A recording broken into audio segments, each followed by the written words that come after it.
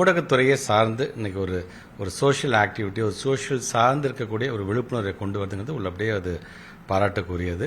இன்னைக்கு இருக்கக்கூடிய குழந்தைகள் குறிப்பாக இந்த விழிப்புணர்வை நீங்கள் பெற வேண்டும்.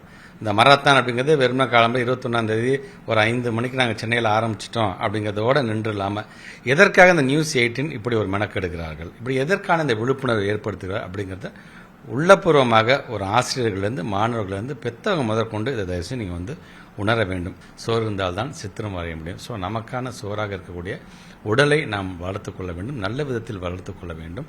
இந்த விதத்தில் ஒரு விழிப்புணர்வை ஏற்படுத்தக்கூடிய இந்த நல்ல நிகழ்வை ஏற்படுத்தி தந்திருக்கின்ற நியூஸ் 18க்கு ஒரு பள்ளிக்கல்வித்துறை அமைச்சராக நான் வைக்கக்கூடிய வேண்டுகோள் என்பது, தயவுசெய்து சென்னையோடு நிறுத்திடாதீங்க. எங்களை மாதிரி திருச்சியாக இருந்தாலும், கோயம்புத்தூராக இருந்தாலும், மதுரையாக இருந்தாலும் இது போன்ற இடத்திலும் தொடர்ந்து சென்னையை தொடர்ந்து இங்கேயும் இது போன்ற ஒரு விழிப்புணர்வு மாரத்தானை நடத்திட வேண்டும். அதற்கு உறுதுணையாக இருப்பதற்கு நாங்களும் காத்துக் கொண்டிருக்கிறோம் என்பதை மட்டும் இந்த நேரத்தில் எடுத்து சொல்லி இந்த நல்ல விழிப்புணர்வை ஏற்படுத்தி இருக்கின்ற நியூஸ் 18க்கு மீண்டும் ஒரு முறை என்னுடைய நன்றிகளையும் பாராட்டுகளையும் தெரிவித்துக் கொள்கின்றேன். நியூஸ் 18 சென்னையோட உடனே